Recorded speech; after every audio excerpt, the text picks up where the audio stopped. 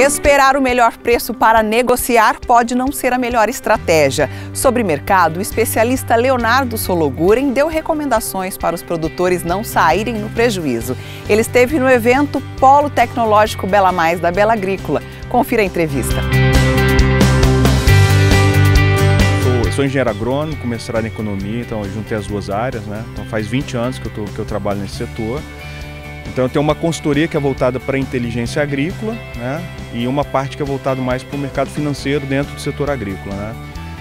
Eu sou cofundador do Comitê Estratégico Soja Brasil, que hoje é uma entidade, é um MOCIP, é como se fosse uma entidade não governamental, que a gente tenta estudar ganhos de produtividade na soja. A gente inclusive promove o concurso de máxima produtividade. Esse ano nós tivemos 5.500 inscritos. O cara inclusive o produtor que ganhou inclusive é do estado do Paraná, né, de Guarapuava.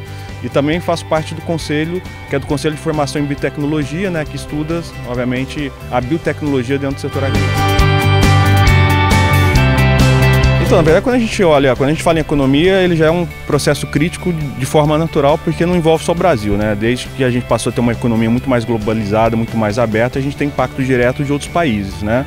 A gente está passando por um momento de que existem riscos políticos de forma geral, né? A partir do momento que o Trump, por exemplo, assumiu os Estados Unidos, isso muda a relação diplomática entre os países. Nós tivemos a Inglaterra que saiu da União Europeia, isso deu um problema na zona do euro. Nós temos problemas de imigração hoje que tem afetado as relações políticas entre os países. Então tudo isso gera, em algum momento, um efeito indiretamente econômico, né?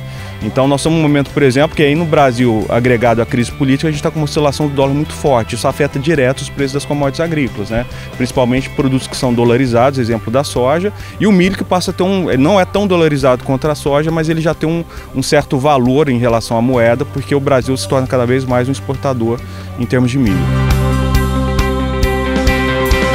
Se a gente falar em termos de média, não que os preços estejam extremamente ruins.